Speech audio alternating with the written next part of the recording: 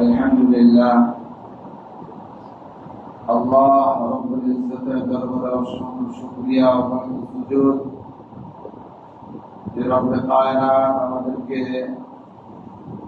বড় ইহসান করে আজকের জিলহজ মাসের তৃতীয় জুমার নামাজ আদায়ের লক্ষ্যে মসজিদে আসবার বসবার তিনি কিছু আলোচনা করবার ও শুনবার তৌফিক দান করেছেন। সকলেই কালিমাতুর শুকর আদায় করি আলহামদুলিল্লাহ।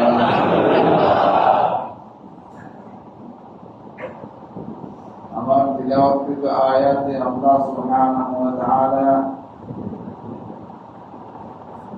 সকল মুমিনদেরকে একটা নির্দেশ প্রদান করেছেন। এই নির্দেশ ফলো করে কেউ যদি চলে তাহলে শয়তানের হাত থেকে বেঁচে থাকা, নফসের ধোঁকা থেকে বেঁচে থাকা অনেক সহজ হবে। শয়তানের বিরুদ্ধে একা লড়াই করে জয় লাভ করা বহুত কঠিন। হাদিস শরীফে শয়তান মানুষকে যে ধোঁকা দেয় এর বর্ণনা আসছে। সে মানুষের রক্তের সাথে মিশে যায়, মানুষের ভ্রমণেতে মিশে যায়, মানুষের দিল দেমাগে প্রবেশ করে ফেলে, সামনে থেকে ধোঁকা দেয়, পিছন থেকে ধোঁকা দেয়, ডান বাম উপর নিচ থেকে ধোঁকা দিতে থাকে। একা যদি শয়তানের বিরুদ্ধে লড়তে যায়, যে কেউ একা লড়তে যাবে সে পরাস্ত হয়ে যাবে। শয়তান ধোঁকা দেওয়ার ক্ষেত্রে বড় ওস্তাদ। এই জন্য একা তার বিরুদ্ধে লড়া বহুত কঠিন। আল্লাহ তাআলা আমাদেরকে বুঝবার তৌফিক দান করেন। আমিন। রব্বুল আলামিন বলেন, ইয়া আইয়ুহাল্লাযীনা আমানু, হে মুমিনগণ, তাকুল্লাহ, আল্লাহকে ভয় করো, ওয়া কুনু মা'আস সাদিকিন, এবং সত্যবাদীদের সাথে থাকো। সত্যবাদীদের সাথে থাকো। সত্যবাদীর প্রথম মেসদাক হলো মুমিন। সত্যবাদীর প্রথম মেসদাক হলো মুমিন। আল্লাহ মাফ করুন, অনেককে এই কথা বলতে শোনা যায়,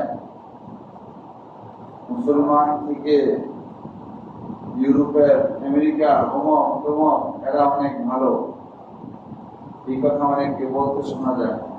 নাউযুবিল্লাহ। আপনি মুসলমান থেকে অন্যদেরকে যতই ভালো বলবেন, এটা হলো আইওয়াস। পর্দার পিছনে ভিন্ন কিছু, পর্দার পিছনে ভিন্ন কিছু। প্রথম নাম্বার বিষয় হলো মুমিন, সে ঈমানের বলে যখন বলিয়ান হবে, ঈমানের আলোতে সমস্ত কুফার শক্তি, সমস্ত বেঈমান শক্তি পরাস্ত হয়ে যাবে ইনশাআল্লাহ। হ্যাঁ, মুমিন যখন ঈমানের বলে বলিয়ান হবে না, ঈমানের দিক থেকে দুর্বল হয়ে পড়বে, আমলের দিক থেকে দুর্বল হয়ে পড়বে, তখন বিষয়টা এমন হয়ে যাবে যে হাতি যখন দুর্বল হয়ে যায়, ডেঙ্গিও তখন হাতির মাথায় লাথি মারে। ওটা দেখি না? মুমিন যখন দুর্বল হয়ে যাবে, ঈমানের দিক থেকে দুর্বল, আমলের দিক থেকে দুর্বল, সততার দিক থেকে দুর্বল, তখন সে অন্যদেরকে বহুত বড় শক্তিশালী মনে করবে। এটাই স্বাভাবিক। বাস্তবিক পক্ষে সে যখন তার পরিচয় নিয়ে, তার কার্যবলী নিয়ে সে সামনে অগ্রসর হবে, সে দুনিয়াতেও রাজা, আখিরাতেও রাজা। কারণ দুনিয়া একজন মুমিনের জন্যই টিকে থাকে। হাদিস শরীফে নবী আলাইহিস সালাতু ওয়াস সালাম ইরশাদ করেন, লা তাকুমুস সাআতু হাত্তা ইয়াকুলা ফিল আরদি আল্লাহ আল্লাহ।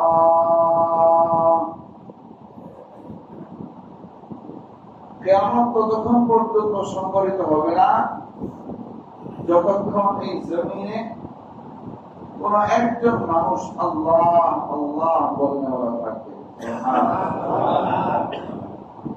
পুরা পৃথিবীতে একজন মুমিন আছে যে নাকি আল্লাহকে ডাকে, আল্লাহকে বিশ্বাস করে, আল্লাহ আল্লাহ বলনেওয়ালা আছে, ততদিন পর্যন্ত কিয়ামতের আলামত প্রকাশ পেতে থাকবে, কিন্তু কিয়ামত হবে না। এটা একজন মুমিনের দাম আসমান জমিন থেকে অনেক বেশি, কথা ঠিক কিনা? এই জন্য যতকাল মুমিন থাকবে আসমান আসমানের জায়গায় থাকবে, যতকাল মুমিন থাকবে জমিন জমিনের জায়গায় থাকবে, যতকাল মুমিন থাকবে ততকাল পাহাড় পাহাড়ের জায়গায় থাকবে, সাগর সাগরের জায়গায় থাকবে। মুমিন যখন থাকবে না, কোনো কিছুই তার অস্তিত্বের মতো থাকবে না, সব বিলীন হয়ে যাবে। এখন আপনি কিভাবে বলবেন মুমিনের চেয়ে গায়রে মুমিন, মুসলমানের চেয়ে অমুসলিম ভালো? ভালো সুযোগ আছে? কোন সুযোগ নেই। এই জন্য প্রথমে নিজের পরিচয় নিজের সামনে উন্মোচন হওয়া দরকার।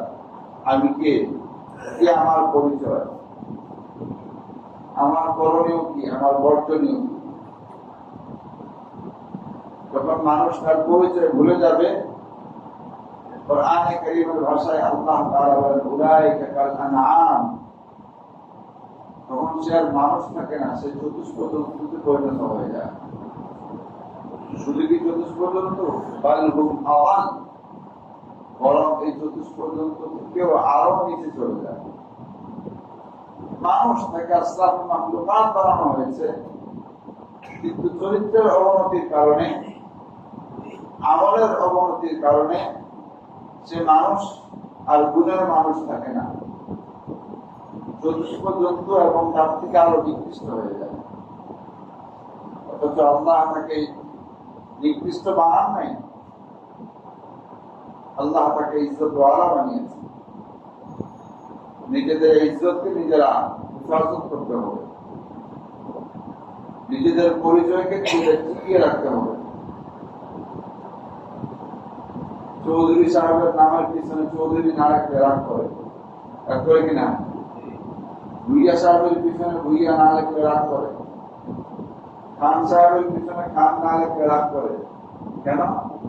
যেটা আমার বংশীয় নাম, এটা আমার বংশীয় নাম।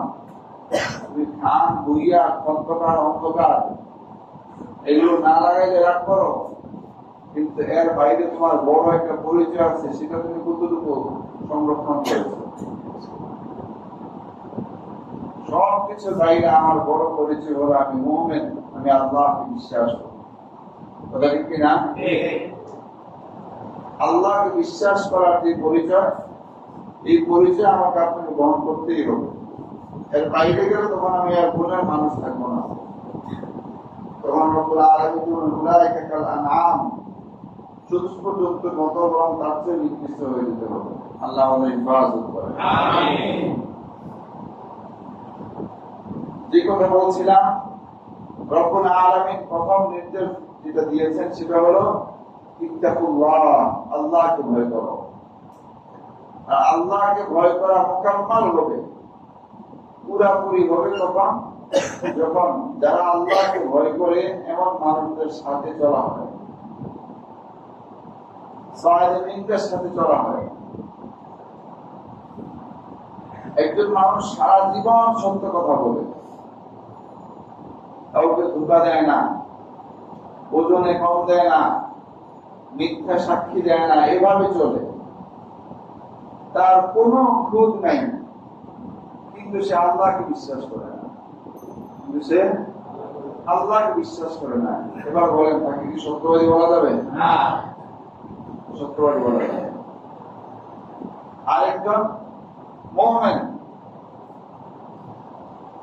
সে আল্লাহকে বিশ্বাস করে, আল্লাহর জাতকে বিশ্বাস করে, আল্লাহ তাআলার সিফাতকে বিশ্বাস করে, আল্লাহ তাআলার গুণাবলীকে বিশ্বাস করে, কিন্তু ফাঁকে ফাঁকে মিথ্যা কথা বলে,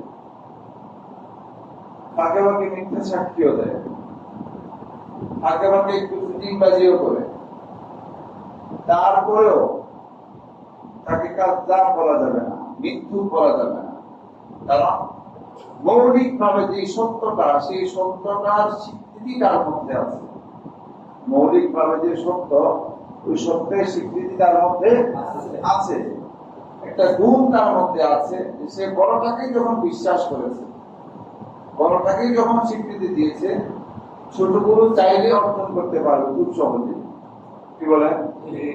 এই জন্য নবী আলাইহিস সালাতু ওয়াস সালাম মুমিনদেরকে সত্যবাদী হওয়ার পথে যেই পদ্ধতি বলে দিয়েছেন, জমিনে মানুষ যখন একটা সত্য কথা বলে, দুইটা সত্য কথা বলে, এভাবে সত্য কথা বলতে থাকে, তখন ফেরেশতাদের কাছে এই লোকের নাম সত্যবাদী হয়ে যায়।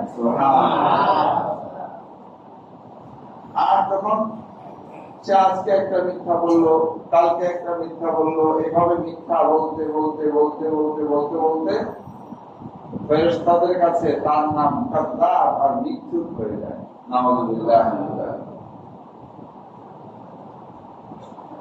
এখন আমাকে আপনাকে সিদ্ধান্ত নিতে হবে, ফেরেশতাদের কাছে আমি মুমিন বটে, ফেরেশতাদের কাছে আমি মুমিন বটে, কিন্তু মিথ্যুক কিনা, মিথ্যুক কিনা, আমার নাম মিথ্যাবাদীদের খাতায় আছে কিনা, এটা আমাকে আপনাকে যাচাই করতে হবে। কিভাবে যাচাই করব? প্রতিদিন ফাসআল নাফসাক, প্রতিদিন যখন আমি আমাকে, আপনি আপনাকে জিজ্ঞেস করবেন, আজকে সারাদিনে কয়টা মিথ্যা কথা বলছো, বের করো। আজকে সারাদিনে কয়টা সত্য কথা বলছো, বের করো।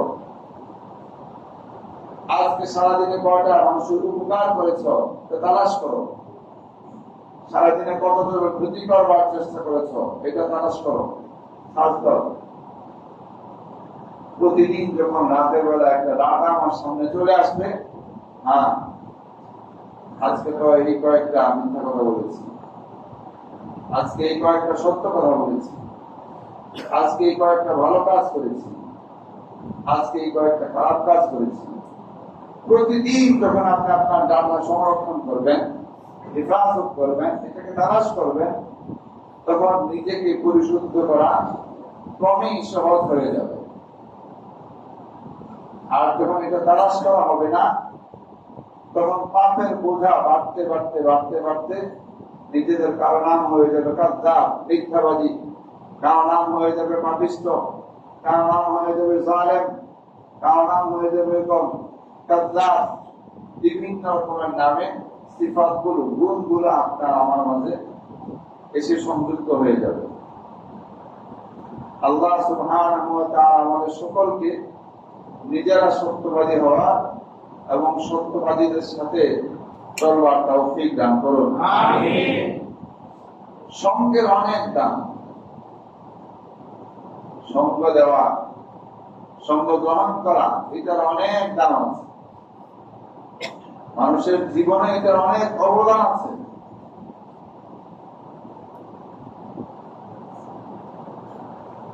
আব্দুল্লাহ ইবনে উবাই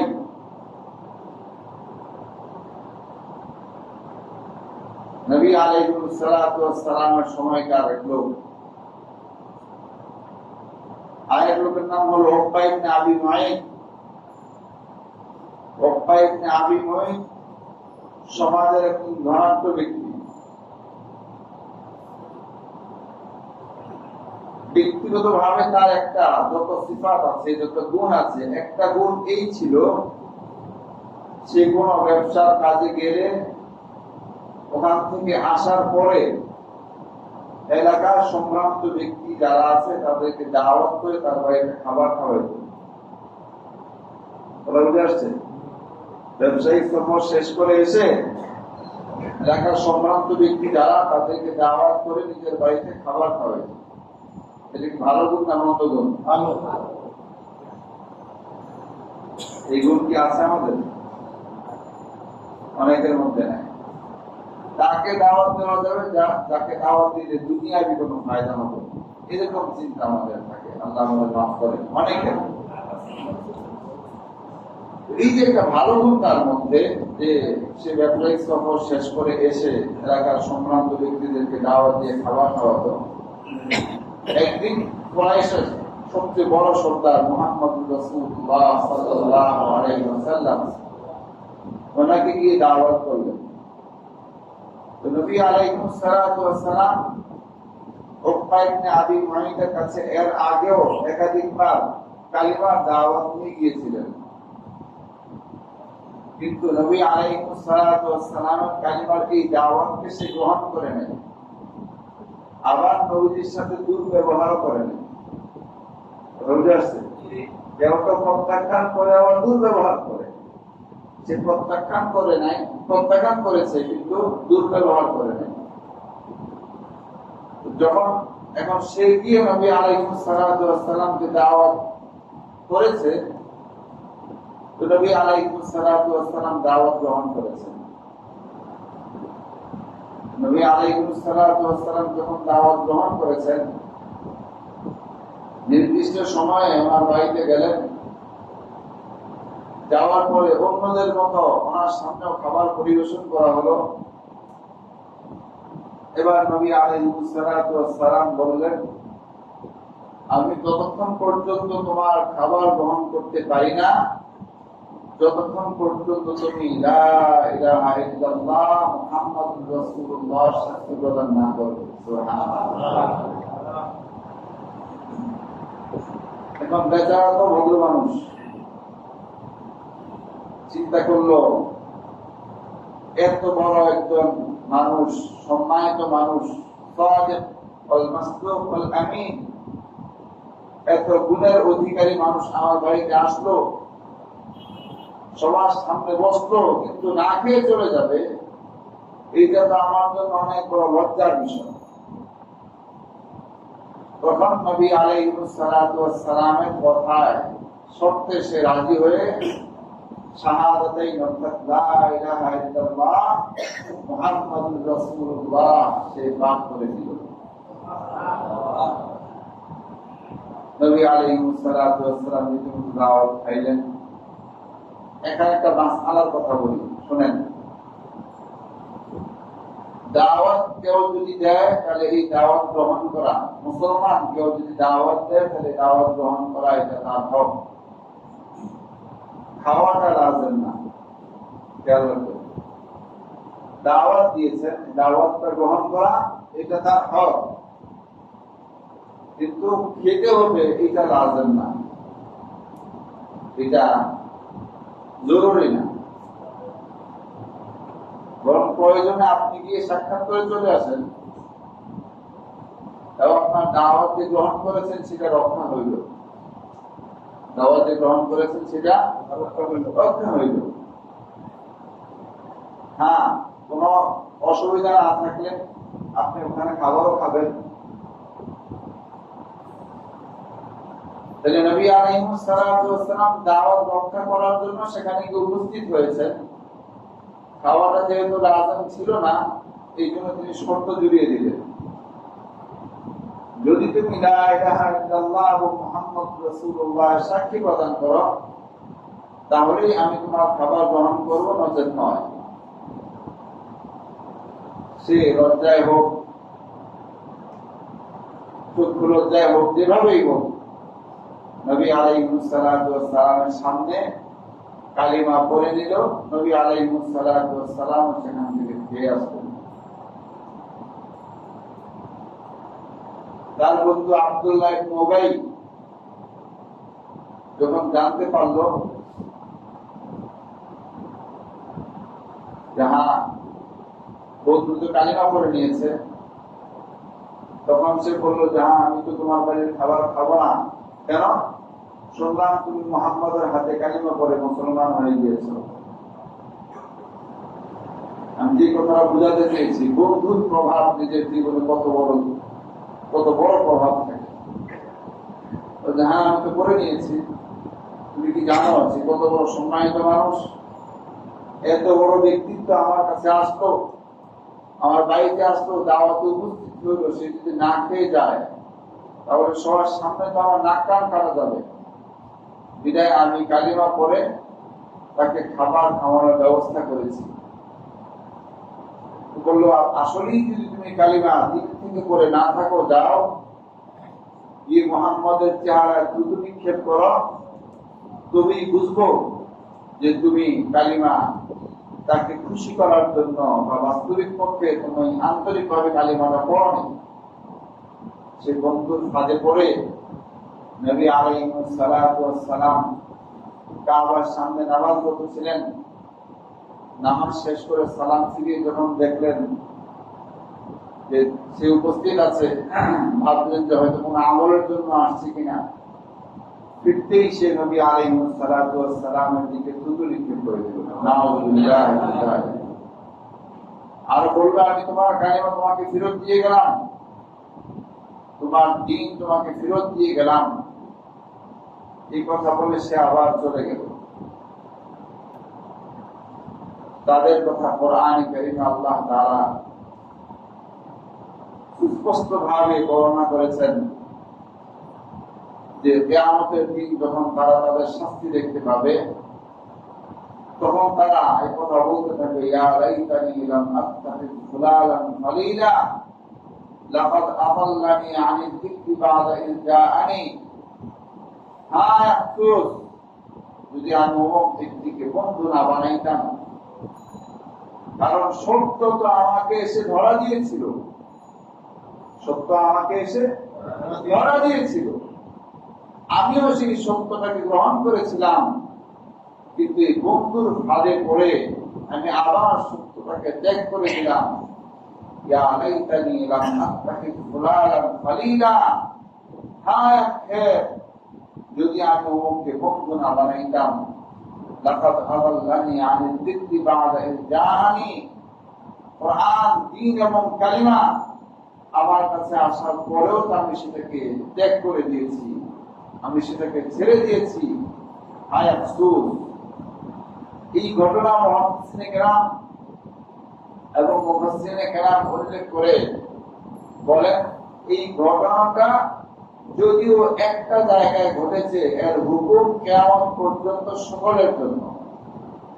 যারাই যেই সময়ে, যেই কালে, যে বন্ধুর ফাঁদে পড়ে কোনো গুনাহে লিপ্ত হয়েছে, তারা ওই বন্ধুর উপর আক্ষেপ করতে করতে এই কথা বলতেই থাকবে, হায় তাকে কেন বন্ধু বানাইলাম, তাকে বন্ধু বানার কারণে রাতে আমাকে ঘুমাইতেও দিল না, সারা রাত বসে আমি গুনার মধ্যে সময় কাটাইলাম, সারা রাত জুয়ার মধ্যে সময় কাটাইলাম, সারা রাত মদের ভিতরে লিপ্ত ছিলাম, গাঁজার ভিতরে লিপ্ত ছিলাম, ইয়াবা আর বাবার মধ্যে লিপ্ত ছিলাম। ইয়া লাইতানি লাম আত্তাখিয ফুলানান খালিলা, হায় হায়, এই অসভ্যটারে যদি আমি বন্ধু না বানাইতাম, এই অসভ্যটারে যদি আমি বন্ধু না বানাইতাম, আমাকে তো ডাকছিল ভালো কাজে, আমাকে তো ভালো কাজের দিকে ডাকছিল, আমি তো সেদিকে পা বাড়িয়েছিলাম, কদম উঠিয়েছিলাম, কিন্তু এই অসভ্য বন্ধুটা এসে আমার জীবন থেকে সুখকে কেড়ে নিল। প্রিয় হাজিরিন, যারাই নিজেদের জীবনে এই সমস্ত পাপের সাথে নিজেকে জড়িয়ে রেখেছেন, ব্যক্তিগত জীবনেও তারা সুখে নাই, সামাজিক জীবনেও সুখে নাই।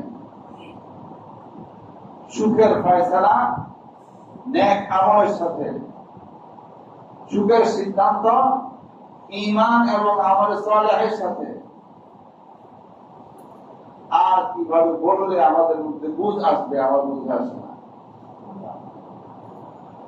এই যে অল্প কিছুদিন আগের ঘটনা, এক ফ্যামিলির এক সদস্য মারা গিয়েছে, তাকে তার মায়ের পাশে কবর দেয় নাই তার ভাইয়েরা, তার আত্মীয় স্বজনেরা।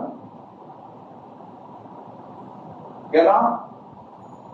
সে যে অবস্থায় মারা গিয়েছে, যে অসুস্থতার কারণে মারা গিয়েছে, এই অসুস্থতার সূচনা হলো মদ পান করা। কথা বলছেন না? কি করা? মদ পান করা। মদ পান করে অসুস্থ হয়ে পড়েছে, সেই ধারাবাহিকতায় ইন্তেকাল করেছে। এই যে মদ পান করার পরে সে ইন্তেকাল করলো, মাঝখানে তাওবার কোনো সুযোগ হইল না। এখন কোন মানুষ কি তার মায়ের কবরের পাশে, তার বাবার কবরের পাশে সাধারণ কাইরতেও তো সাধারণ বিবেক এটা দিবে না যে এরকম অসংখ্য একটা সন্তানকে বাবার কবরের পাশে কবর দেওয়া হবে।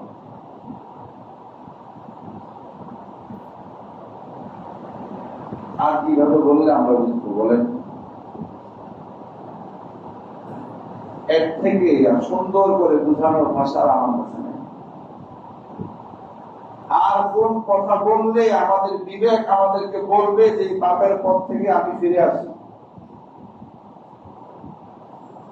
আর কোন কথা বললে আমার আপনার বুঝে আসবে যে না, এই পাপ আর করা যাবে না? এই বন্ধু দুনিয়াতেও আপনার জন্য সমস্যা, আখিরাতেও আপনার জন্য সমস্যা। আজকে যাকে বন্ধু মনে করতেছেন না, বিরক্ত ভাব করতেছেন, আপনাকে নামাজের দিকে ডাকলে আপনি বিরক্ত হন, আপনাকে মসজিদের আমলের দিকে ডাকলে বিরক্ত হন, আপনাকে জামাতে যাওয়ার কথা বললে বিরক্ত হন, একটা সময় বুঝবেন তারাই আপনার প্রকৃত বন্ধু ছিল, তারাই আপনার প্রকৃত বন্ধু ছিল। এই জন্য এখনই তওবা করার সুযোগ, এখনই তওবা করার সময়। আসুন আমরা প্রত্যেকে আপন আপন জায়গা থেকে নিজের পাপের প্রায়শ্চিত্তকে মোছার জন্য, নিজের পাপের যে শাস্তি আছে শাস্তি থেকে বাঁচার জন্য তওবা করি। ইয়া লাইতানা লাম আত্তাখিয ফুলানান ফালি, ইয়া লাইতানি লাম আত্তাখিয ফুলানান ফালিলা। হায় আক্ষেপ যদি অমুককে বন্ধু না বানাইতাম। আবার এর বিপরীত অনেক বন্ধু পাওয়া যাবে, অনেক বন্ধু পাওয়া যাবে ময়দানে মাহশরে। সে তো জান্নাতে যাবে, যাওয়ার সময় আপনাকে দুরবস্থায় দেখবে, আমাকে দুরবস্থায় দেখবে, আর রব্বুল আলামিনের কাছে সুপারিশ করবে, হে আল্লাহ আপনি আমার ব্যাপারে তো ভালো কিছু ফয়সালা করেছেন, আমার বন্ধু অমুক তাকে তো দেখলাম শাস্তির মধ্যে আছে, অথচ দুনিয়ায় অমুক জায়গায় ভালো কাজে তো আমরা একসাথে ছিলাম, অমুক জায়গায় তো আমরা একসাথে তাহাজ্জুদ নামাজ পড়েছিলাম, অমুক জায়গায় তো আমরা একসাথে মসজিদে আলোচনায় ছিলাম, একসাথে তো আমরা কোরআন তেলাওয়াত শিখার জন্য চেষ্টা করেছিলাম।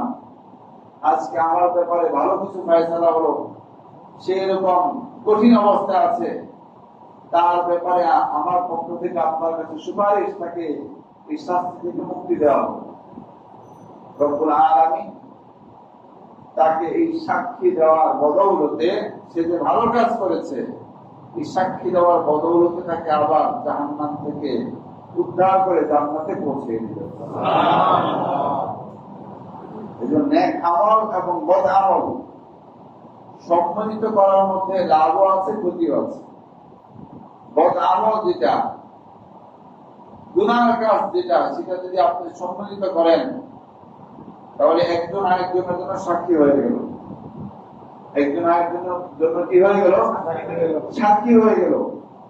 একজন ধরা খায় যে আরেকজন কিন্তু ছাড় পাবে না, বলবে আল্লাহ তার ব্যাপারে নাজাতের ফয়সালা হয়ে গেল, অথচ একই জমিনের মধ্যে বসেই তো আমরা পাপ করেছি, হ্যাঁ একই জায়গায় বসে তো একই দেশে বসে পাপ করেছি, সে মুক্তি পেয়ে গেল, আমাকে আপনি আটকিয়ে রাখলেন, আমাকে যে এই পাপের প্রায়শ্চিত্ত আজকে ভোগ করতে হচ্ছে, আপনি তাকেও এই পাপের প্রায়শ্চিত্ত ভোগ করার পরে তাকে নাজাত দিবেন। আল্লাহ সুবহানাহু ওয়া তাআলা তাকে আবার সেই আরামের ব্যবস্থা ক্যান্সেল করে আবার শাস্তির ফয়সালা করে দিবেন। নাউযুবিল্লাহ।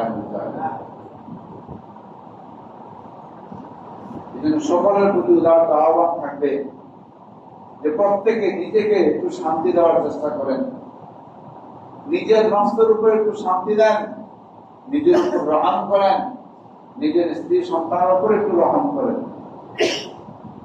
আপনি একা পাপ করবেন, এই পাপের ফসল কি আপনার স্ত্রীর উপরে পড়বে, আপনার সন্তানের উপরে পড়বে, আপনার বাবা মায়ের উপরে পড়বে। আবার আপনি ভালো কিছু করতে চান, এই ভালো কাজের সুফল আপনি নিজেও পাবেন, আপনার স্ত্রী সন্তানও পাবে, আপনার বাবা মাও পাবে, প্রতিবেশীও পাবে। আল্লাহ সুবহানাহু ওয়া তাআলা আমাদের সকলকে ঈমানের উপরে মজবুত থাকবার এবং সৎ মানুষদের সংস্পর্শে থাকবার তৌফিক দান করেন। আমিন আমিন। ওয়া মা আলাইনা ইল্লাল বালাগুল মুবিন। যারা সুন্নাত পড়েন কবুল করুন।